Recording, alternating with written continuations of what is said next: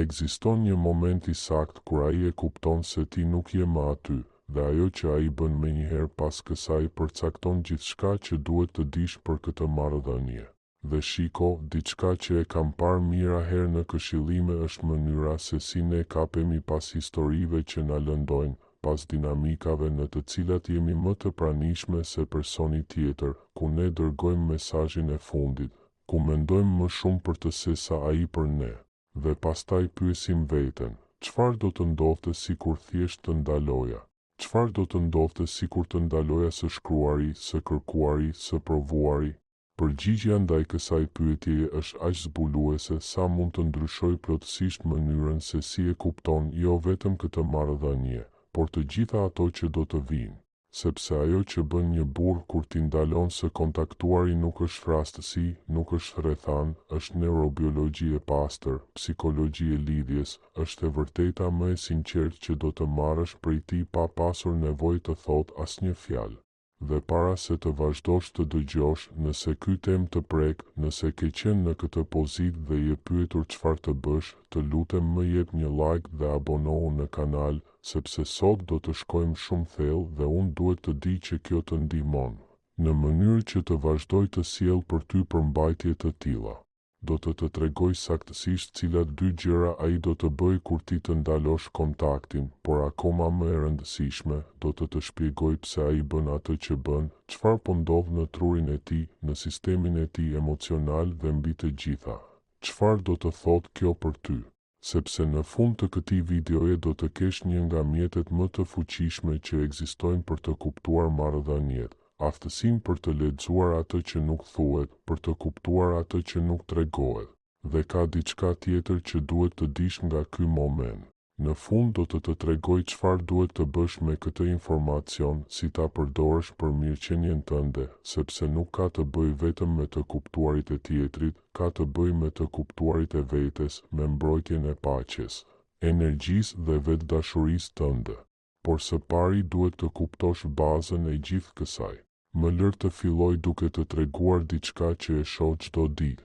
Një grua vjen tek unë në këshillim, inteligjente, e aftë, e mrekullueshme, dhe më thot, Marian, nuk e kuptoj çfarë po ndodh.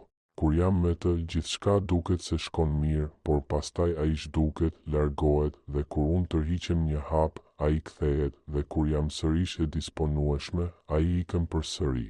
Është si një cikël që nuk mbaron kurrë dhe më shkatëron. Dhe ajo që sapo përshkrova është një nga dinamikat më të dhimbshme dhe më të zakonshme që ekzistojnë në marrëdhëniet moderne. Pse? Sepse jetojmë në një epokë ku lidhja emocionale frikson, ku ka aq shumë mundësi sa njerëzit nuk duan të mbyllin dyer, ku lidhja ngatërohet me disponueshmërinë e vazhdueshme. Por ja thelbi, dhe më dëgjo mirë sepse kjo është thelbësore. Truri yt nuk është bërë për këtë. Sistemi yt nervor nuk mund të jetë në një gjendje të përhershme alarmi duke u pyetur nëse ai do të shkruaj, nëse do ta dëgjosh përsëri, nëse ajo që the ishte e drejtë apo e gabuar. Kjo aktivizon kortizolin tënd, hormonin e stresit, dhe të mban në një gjendje hipervigjilence fizikisht dhe emocionalisht raskapitëse. Pasiguria e vazhdueshme është një nga gjërat më toksike që mund të përjetosh në një marrëdhënie. Truri yt ka nevojë për siguri, për parashikueshmëri, për të çlodhur. Dhe kur nuk i ka, kur jeton në këtë, le të shohim çfarë ndodh, le të shohim nëse ai përgjigjet, le të shohim nëse këtë herë do të jetë ndryshe, hyn në modalitetin e mbijetesës. Dhe në modalitet mbijetese nuk mund të duash mirë, nuk mund të lidhesh mirë, as nuk mund të mendosh qartë. Pastaj arrim në atë pikë kur vendos, do të ndaloj së shkruari, së kërkuari, së marr iniciativën. Dhe këtu gjithçka bëhet interesante, sepse reagimi i tij do të tregoj absolutisht gjithçka.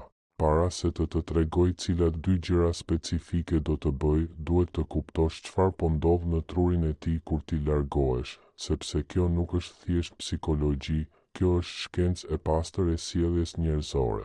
Kur ka vëmendje të vazhdueshme, disponueshmëri të përhershme, truri mësohet me të. Kjo është ajo që ne e quajmë habituacion. Është i njëjti parim për të cilin nuk e ndjen më parfumën tënde pasi e ke vënë për një kohë, ose nuk e dëgjon më zhurmën e trafikut kur jeton pranë një rruge të ngarkuar. Truri yt është një makinë efikasiteti dhe ajo që është e vazhdueshme pushon së qeni relevante për sistemin tënd të alarmit.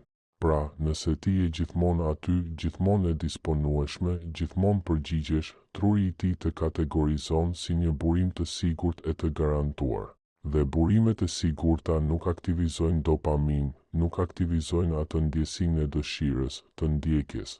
Dopamina aktivizohet nga risia, pasiguria, ndoshtaya. Dhe këtu vjen pjesa që mund të tingëllojë e vështirë, por që duhet ta dëgjosh. Nëse ai është mësuar që ti je gjithmonë aty, që gjithmonë përgjigjesh, që gjithmonë jeti ajo që bën hapin, sistemi I tij nervor nuk aktivizohet ndaj teje në një mënyrë që krijon lidhje të thellë. Aktivizohet në një mënyrë që krijon komoditet. Kur pa pritur nuk je më aty, kur vëmendja jote tërhiqet, diçka ndryshon në trurin e tij. Befas, ai burimi I garantuar nuk është më, dhe pikërisht në atë moment do të shohësh njërin nga dy reagime. Por para se të ti tregoj, dua të kuptosh diçka tjetër, diçka që do ta ndryshojë përgjithmonë perspektivën tënde. Ne të gjithë hymë në marrëdhënie me një çantë shpine. Në atë çantë mbajmë përvojat tona të fëmijërisë, mënyrën si jemi lidhur me prindërit tanë, plagët që nuk kemi shëruar, frikërat që mbajmë me vete. Dhe kjo çantë përcakton stilin ton të lidhjes. Ka njerëz me lidhje të sigurt, që din të japin dhe të marrin dashuri në mënyrë të balancuar, që nuk kanë frikë nga afërsia ose intimiteti. Këta njerëz do ta vënë re shumë shpejt kur ti largohesh dhe do të veprojnë në përputhje me ndjenjat e tyre. Por pastaj ka edhe dy stile të tjera, ato që krijojnë më shumë probleme, lidhja shmangëse dhe lidhja anktioze. Personi me lidhje shmangëse është dikush që në mënyrë të pandërgjegjshme ka frikë nga intimiteti. Nuk është se nuk do dashuri, por kur dashuria afrohet shumë, sistemi I tij nervor e interpreton si rrezik. Pse? Sepse në një moment të jetës së tij, me shumë gjast në fëmijëri, afërsia emocionale është lidhur me dhimbje, zhgënjim, braktisje. Truri I tij ka mësuar kështu se afërsia dhemb, dhe mënyra më e mirë për të mos vuajtur është të ruaj distancë emocionale. Ky person largohet kur ti je shumë e disponueshme, ndjen se ti po e mbyt, se është shumë, se ka nevojë për hapësirë. Por kur ti largohesh, pa pritur ndjen se mund të marrë frymë, se presioni zhduket dhe paradoksalisht mund të fillojë të kërkojë sërish, sepse tani ka distancë, tani ndihet I sigurt. Dhe pastaj është lidhja anktioze, personi që ka aq shumë frikë nga braktisja, sa I duhet vazhdimisht siguri, afërsi, dëshmi se tjetri është ende aty. Kur ti largohesh nga dikush me lidhje anktioze, bota e tij shembet, sepse frika e tij më e madhe bëhet realitet. Po ta tregoj këtë sepse reagimi që do të shohësh kur të ndalosh kontaktin do të varet jashtëzakonisht shumë nga stili I tij I lidhjes. Dhe ta kuptosh këtë do të ndihmojë të mos e marrësh personale, të mos mendosh se ke bërë diçka gabim, sepse shpesh mënyra si ai reagon nuk ka të bëjë fare me ty, por me historinë e tij. Tani vim te ajo për të cilën je këtu. Gjëja e parë që ai mund të bëjë kur ti ndalon kontaktin është asgjë. Heshtje absolute. Dhe e di që kjo mund të lëndojë, e di që mund të bëjë të vësh gjithçka në dyshim, por më dëgjo me kujdes, sepse kjo heshtje është e mbushur me informacion. Nëse ai nuk bën asgjë, nëse nuk të kërkon, nëse kalojnë ditë, javë, madje muaj pa asnjë mesazh, pa asnjë përpjekje kontakti, ai po të thotë diçka shumë të qartë, në këtë moment të jetës së tij, për çfarëdo arsye. Nuk ka hapësirë emocionale të vërtetë për ty. Kjo nuk do të thotë që ti nuk ke qenë e rëndësishme për të, nuk do të thotë që gjithçka ka qenë një gënjeshtër, por do të thotë që lidhja që ka ekzistuar, ose që ti ke menduar se ka ekzistuar, nuk ka qenë mjaftueshëm e thellë për të që ai të veprojë kur ajo zhduket. Dhe këtu vjen pjesa e vështirë por e domosdoshme. Shpesh kapemi pas situatave ku ne jetojmë dhe ndjejmë një film që personi tjetër nuk e përjeton as pak në të njëjtin nivel. Ne ndërtojmë kështjella në mendjen tonë, imagjinojmë të ardhme, krijojmë kuptime të thella nga gjeste të vogla, ndërsa ai jeton ditë pas dite pa menduar shumë. Pse ndodh kjo? sepse truri femëror dhe ai mashkullor i përpunojnë marrëdhëniet ndryshe. Kjo nuk është stereotip, është neuroshkencë. Truri i femrës ka tendencë të krijojë narrativa më të elaboruara, të lidhet emocionalisht më shpejt, t'u jap më shumë peshë detajeve të marrëdhënieve. Truri i mashkullit është zakonisht më i ndarë në ndarje. Ai mund të ketë një lidhje me ty, mund të kaloj kohë të mirë me ty, madje mund të ndiejë diçka të vërtetë, por ta mbajë atë në një ndarje të jetës së tij pa ndikuar pjesën tjetër. Kështu, kur ti largohesh dhe ai nuk bën asgjë, thjesht ndodh që ajo ndarje mbyllet. Nuk ka krizë, nuk ka vetë reflektim të thellë, nuk ka ndjenjë humbjeje që ta shtyjë të veprojë. Dhe ti pyes veten, si është e mundur kur kemi kaluar kohë bashkë, kur ka pasur kimi, kur ai më ka thënë gjëra të bukura. Dhe përgjigjja është që të gjitha këto mund të jenë të vërteta dhe megjithatë të mos jenë të mjaftueshme për të në këtë moment. Më kujtohet një paciente që më tha, kam qenë 6 muaj medik, flisnim çdo ditë, takoheshim çdo javë, ai më prezantoi te shokët e tij. Kur vendosa të largohesha sepse pash që nuk po përparonim, ai u zhduk krejtësisht, asnjë mesazh, sikur të mos kisha ekzistuar kurrë. Dhe unë e pyeta, ata ka thënë ndonjëherë me fjalë që donte një lidhje serioze me ty? A keni folur për ekskluzivitet, për të ardhmen? Dhe ajo më tha jo, se kishte supozuar se e gjitha ishte e nënkuptuar. Dhe aty është gabimi që na shkatëron, supozimi. Supozimi se tjetri është në të njëjtën faqe, supozimi se ai ndjen të njëjtën gjë, supozimi se ai do të njëjtat gjëra. Kur largohesh dhe krijohet heshtja, ti merr të vërtetën pa filtra. Dhe edhe pse dhemb, është një bekim, sepse të kursen muaj ose vite duke pritur për diçka që nuk do të vijë. Por prit, sepse ka diçka tjetër që duhet të dish për këtë heshtje, diçka që do të ta tregoj më vonë dhe që ndryshon gjithçka. Sepse ajo që ndodh në mendjen e tij gjatë kësaj heshtjeje nuk është gjithmonë ajo që duket, dhe ka një moment të caktuar kur gjithçka mund të ndryshojë. Por së pari duhet të tregoj reagimin e dytë të mundshëm. Gjëja e dytë që ai mund të bëjë kur ti pushon së kontaktuari është të kthehet, por jo në çfarëdo mënyre. Dhe këtu është e rëndësishmja, nuk kthehet gjithmonë për arsyet që ti do të doje të besoje. Mund të kaloj një javë, 2, një muaj, dhe papritmas shfaqet një mesazh, përshëndetje, si je? A më kujtove? Mendova për ty. Dhe zemra jote bën një kërcim, sepse mendon, epe, unë i rëndoj, i kam munguar. Ai e kuptoi çfarë humbi, por para se të përgjigjesh, para se ti hapësh prap ato dyer, duhet të kuptosh arsyet e mundshme pas atij kthimi, sepse jo çdo kthim është i njëjtë dhe ti dallosh ato mund të shpëtojnë nga rikthimi në të njëjtin cikël. Së pari është kthimi nga lidhja shmangëse, për të cilën fola më herët. Ky person ndiej në presion kur ti ishe shumë prezente, kishte nevojë për hapësirë, distancë, dhe tani që je zhdukur, që presioni nuk ekziston më, mund të filloj të kujtoj pa frikën që i shkaktonte afërsia jote. Është sikur tani që nuk je aty, ai mund të idealizoj pak, të kujtoj të mirën pa pasur nevojë të përballet me cenueshmërinë që sjell intimiteti i vërtetë. Dhe çfarë ndodh kur ti përgjigjesh dhe je sërish e disponueshme? Cikli fillon nga e para, ai afrohet, ndihet i të imbushur, largohet. Kjo është raskapitse dhe në afat të gjatë e paqëndrueshme, përveç nëse ai bën një punë të thellë dhe të vetëdijshme me stilin e tij të lidhjes. Së dyti ka kthimin nga egoja dhe kjo është më e zakonshme se sa mendon. Egoja e tij vuri re se ti nuk je më aty, se nuk i jep më vëmendje, konfirmim, disponueshmëri, dhe egoja nuk e duron humbjen, nuk duron ndjesinë se dikush u largua i pari, se dikush vendosi që ai nuk ishte më i mjaftueshëm. Prandaj ai kthehet, jo sepse vërtet dëshiron të ndërtojë diçka me ty, por sepse duhet të konfirmojë se ende mund të ketë, se ende ka atë fuqi mbi ty. Si e dallon këtë? Është e thjeshtë. Kur ai kthehet, a të bën pyetje të thella për atë si ndihesh vërtet, a tregon interes të sinqert për jetën tënde, apo janë mesazhe sipërfaqësore, flirte pa përmbajtje, përpjekje për t'u takuar pa dashur të flas për ndonjë gjë me rëndësi? Nëse është e dyta, është ego. dhe nëse ti përgjigjesh, nëse ja jep atë konfirmim, ai do të ndihet i kënaqur dhe me shumë gjas do të largohet sërish pak më vonë, sepse mori atë që donte, të vërtetonte që ti ishe ende e disponueshme për të. Së treti, ekziston kthimi i vërtet. Ai ekziston.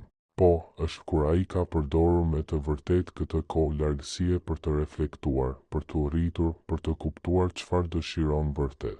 Ky kthim vjen me komunikim të qartë, veprime të qëndrueshme, gatishmëri për të folur për atë që ndodhi, për të kuptuar pse ti u largove dhe për të bërë ndryshime reale.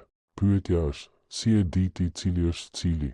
Kur ai kthehet pasi ti ke pushuar së kontaktuari, ka shenja shumë të qarta që do të tregojnë nëse ja vlen ti japësh një mundësi, apo nëse je gati të kthehesh në të njëjtin vend. Vëzhgo fillimisht sa kohë i është dashur për të kërkuar dhe çfarë ka bërë gjatë asaj kohe.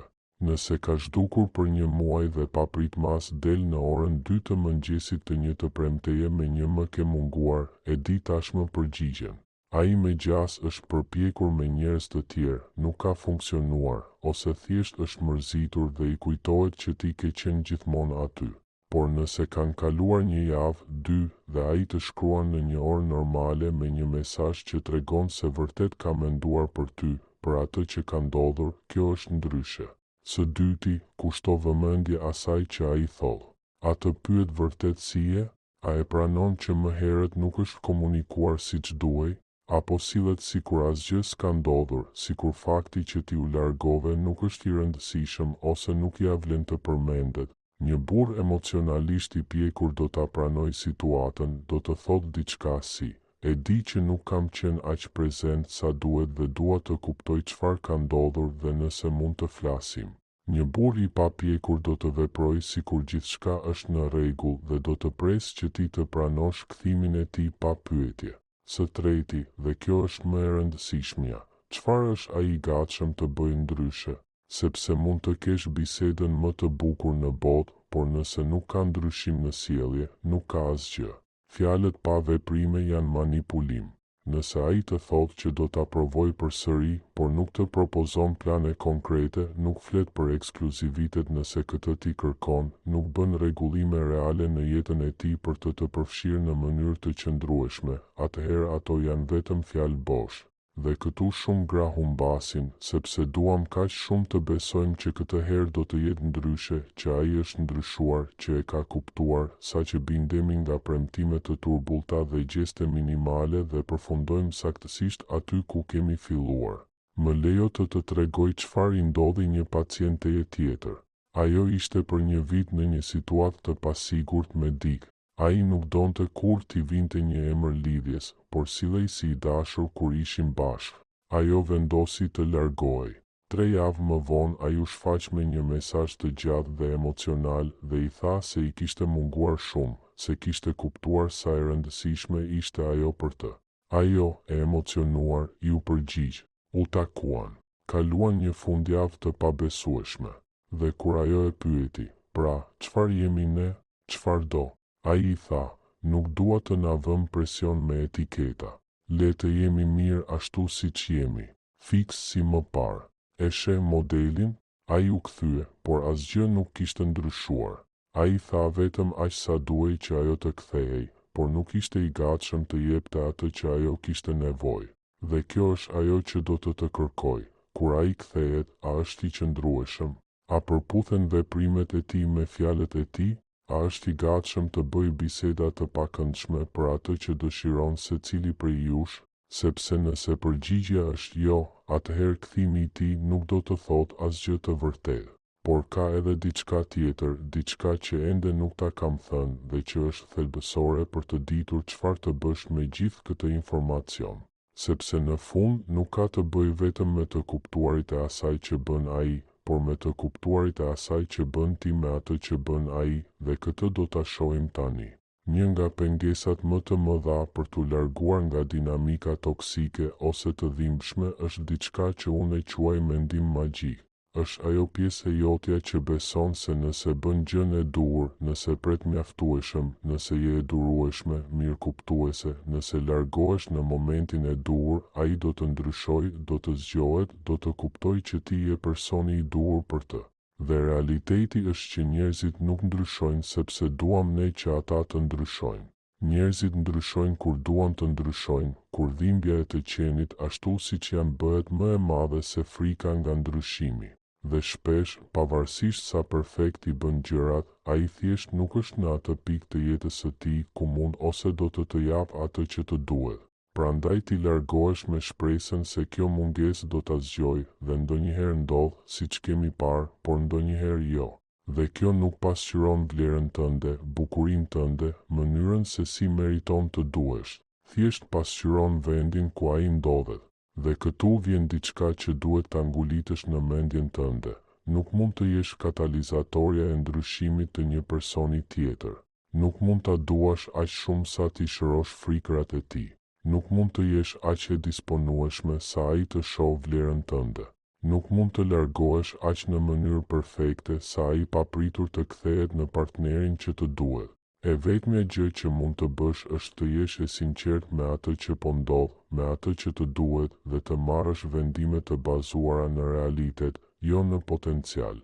Dhe realiteti është ajo që ai po bën tani, jo ajo që ai mund të bënte sikur gjërat të ishin ndryshe. Më kujtohet kur edhe unë, vite më parë, isha në një situatë të tillë. Takova dikë që më pëlqente shumë. Kishte kimi, biseda të thella, momente të bukura, por ai kur nuk ishte plotësisht i pranishëm. Gjithmonë kishte diçka që e pengonte të angazhohej vërtet. Dhe unë mendoja, nëse jam e durueshme, nëse nuk i bëj presion, nëse i jap hapësirë, ai do ta kuptoj sa mirë që përshtatemi. Dhe unë u largova, dhe ai nuk bëri asgjë. Dhe kjo më dhembi. Më dhembi sepse egoja ime donte të besonte se isha mjaftueshëm që ai të ndryshonte.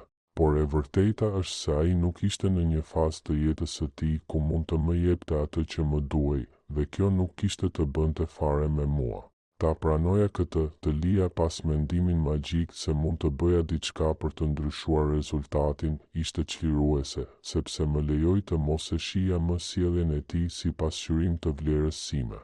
Dhe këtë dua të ftoj, nëse largohesh dhe ai nuk bën asgjë, mos u torturo me mendime se çfarë mund të kishe bërë ndryshe. Nëse largohesh dhe ai kthehet, por asgjë e vërtet nuk ndryshon, mos e fajso veten që nuk ke qenë mjaft. Të qenit mjaft nuk vihet në diskutim. Ajo që vihet në diskutim është përputhshmëria, koha e duhur, gatishmëria e të dyve për të ndërtuar diçka të vërtetë. Tani le të flasim për fuqinë e vërtetë të largimit dhe nuk është ajo që mendon. Nuk është se largimi të bën ta fitosh burrin. Nuk është një strategji manipulimi për ta kthyer atë. Nuk është një lojë psikologjike për ta bërë të mungojë. Fuqia e vërtetë e largimit është se të kthen qartësinë mendore. Kur je vazhdimisht në kontakt me dikë që nuk të jep atë që të duhet, truri yt është në një gjendje konfuzioni të përhershëm. Ka momente kur ndihesh mirë, kur duket se gjërat po shkojnë mirë dhe këto momente lëshojnë dopamin në trurin tënd, të varin. Dhe pastaj ka momente pasigurie, distance dhe këto momente aktivizojnë kortizolin, ankthin tënd. Kjo luhatje kimike në trurin tënd është fjalë për fjalë varëse. Është e ngjashme me varësinë ndaj substancave. Truri yt kapet pas ciklit të shpërblimit të ndërprerë. Ndonjëherë merr konfirmim, ndonjëherë jo. Dhe kjo ndërprerje është ajo që e bën trurin njerëzor më të varshëm. Kur largohesh, kur e ndërpret këtë rrjedhë ndërprerjeje, sistemi yt nervor më në fund mund të fillojë të rregullohet. Ditët e para janë të vështira, sepse je në gjendje tërheqjeje.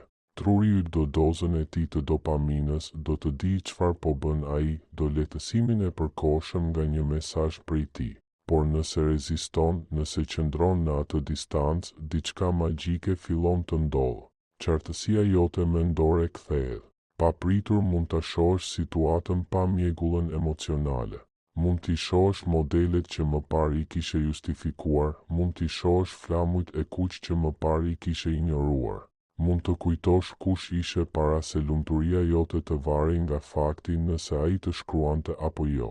Dhe nga ky vend qartësie mund të marrësh vendimin më të mirë për veten tënde.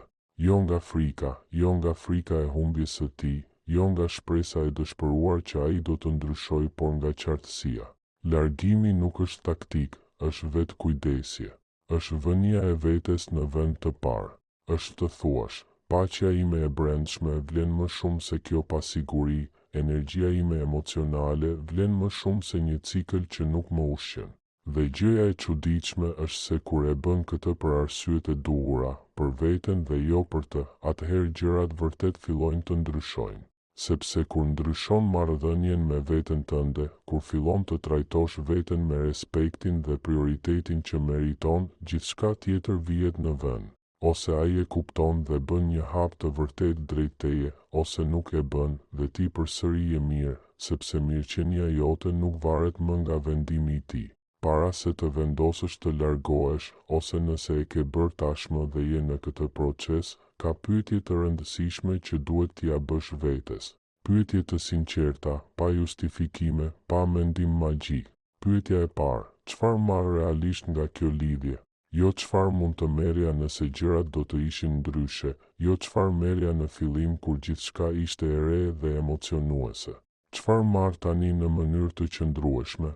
Nëse përgjigjja është pasiguri, thërrime vëmendjeje, konfirmime të rastësishme, atëherë tashmë e di që kjo nuk është e mjaftueshme dhe nuk duhet të jetë e mjaftueshme për askën. Pyetja e dytë, a më shton apo më heq kjo person? Dal nga ndërveprimet tona dhe ndihem më mirë apo më keq, ndihem më e sigurt në vetvete apo më e pasigurt, ndihem sikur po rritem apo sikur jam e ngecur duke pritur që ai të vendosë çfarë do. Një marrëdhënie e shëndetshme duhet të të ndërtojë edhe në fazat e hershme, duhet të të bëjë të ndihesh mirë me veten, jo të pyesësh gjithmonë veten nëse je e mjaftueshme. Pyetja e tretë, a kam komunikuar qartë se çfarë më duhet? Sepse ndonjëherë supozojmë se tjetri duhet ta di se nëse me të vërtetë i intereson, duhet të marrë me mend çfarë duam. Por komunikimi i qartë është themelor. Nëse nuk ke thënë kurrë, kam nevojë për më shumë qëndrueshmëri, duhet të di nëse kjo po shkon diku, kam nevojë për ekskluzivitet, atëherë ndoshta hapi i parë nuk është largimi, por të flasësh, të shprehësh nevojat e tua drejt për drejt dhe pa kërkuar falje. Dhe nëse e ke bërë tashmë, nëse e ke shprehur atë që të duhet dhe ai nuk e ofron, atëherë aty e ke përgjigjen. Nuk ke pse të largohesh si strategji. Duhet të largohesh sepse nevojat e tua nuk po plotësohen dhe ti meriton të jesh me dikë që dëshiron t'i plotësojë ato. Pyetja e katërt, a jam në këtë situatë sepse dua vërtet të jem me këtë person, apo sepse kam frikë të jem vetëm, frikë se mos nuk gjej më njeri tjetër, sepse kam investuar aq shumë kohë sa që më duket dështim ta lë të shkojë? Kjo është pyetja më e vështirë, por më e rëndësishmja, sepse shpesh nuk mbahemi fort nga dashuria, por nga frika. Dhe frika nuk është kurrë bazë e mirë për një marrëdhënie. Pyetja e pestë, a është kjo situatë e përputhshme me vlerat e mia, me llojin e marrëdhënies që dua, me partnerin që dua të jem? Nëse vlerëson komunikimin e hapur dhe ai nuk komunikon, nuk është e përputhshme. Nëse vlerëson angazhimin dhe ai shmang çdo bisedë për të ardhmen, nuk është e përputhshme. Nëse vlerëson respektin dhe ai të lë me ditë të tëra në lexuar, nuk është e përputhshme. Dhe nëse ka një mospërputhje të vazhdueshme, pavarësisht sa shumë të pëlqen, pavarësisht sa shumë kimi ka, afatgjatë nuk do të funksionojë. Ka diçka që koha e bën më mirë se gjithçka tjetër, zbulon qëllimet e vërteta. Jo fjalët, jo premtimet, jo gjestet e rastësishme, qëllimet reale, të qëndrueshme, të vazhdueshme. Kur largohesh dhe koha kalon, do ta dish saktësisht çfarë ndjen ky person për ty, jo nga ato që thot, por nga ato që bën. Sepse mund të thot, je shumë e rëndësishme për mua dhe të mos bëj asgjë për ta provuar. Por nuk mund të veproj në mënyrë të qëndrueshme, të bëj përpjekje të vërteta, të jetë i pranishëm dhe që kjo të mos ketë domethënie. Koha t'i tregon edhe modelet e tua. Nëse sa herë që largohesh nga dikush, përfundon duke u kthyer sapo ai jep shenjën e parë të interesit, pa pasur ndonjë ndryshim të vërtetë, ke një model për të cilin duhet të punosh. Dhe ky model, me shumë gjasa, vjen nga nevoja për vlerësim të jashtëm, nga një frikë e thellë e të qenit vetëm, nga një vetvlerësim i ulët që të bën të besosh se ky person që nuk të trajton mirë është më e mira që mund të marrësh. Dhe pikërisht këtu fillon puna jote e vërtetë. Jo me të, jo me reagimin e tij, jo me pyetjen nëse ai do të kthehet apo do të hesh, por me ty. Me aftësinë për të parë sinqerisht, pa iluzione, pa justifikime, pa histori që shpik për të mbushur heshtjen. Realiteti nuk është kur armiku. Armiku është shpresa për diçka që nuk ekziston. Kur ndalon së ndjekur i dik që nuk është i gatshëm të zgjedhë, fillon një proces tjetër, kthehesh tek vetja. Bëhesh sërish gruaja që ishe para se kjo dinamike të lodhte e qartë, e pranishme, e lidhur me atë që vërtet dëshiron. Dhe nga ky vend nuk do të pyesësh më, pse nuk më shkruan, por, pse u mjaftova me kaq pak për kaq gjallë. Dhe pastaj, kur kjo qartësi vendoset brenda teje, ndodh diçka vendimtare, standardi yt ngrihet. Nuk pret më që dikush të shfaqet sporadikisht, nuk merr më çdo vëmendje si shenjë rëndësie, nuk kërkon më kuptime të fshehta në mesazhe që nuk i kanë. Fillon të vlerësosh burrat sipas veprimeve të tyre, jo sipas potencialit të tyre. Fillon të zgjedhësh marrëdhënie që të sjellin paqe, jo kaos. Dhe mbi të gjitha fillon të zgjedhësh veten në mënyrë të qëndrueshme, pa kompromise, pa frikë. Sepse në fund, kjo është e vërteta më e rëndësishme nga të gjitha. Marrëdhënia që përcakton jetën tënde nuk është ajo me ndonjë burr, është marrëdhënia që ke me veten. Çdo gjë tjetër rreshtohet rreth saj. Dhe kur ta përvetësosh vërtet këtë të vërtetë, nuk do të kesh më nevojë që dikush të konfirmojë vlerën, do ta mbash atë brenda vetes, çdo ditë të jetës tënde.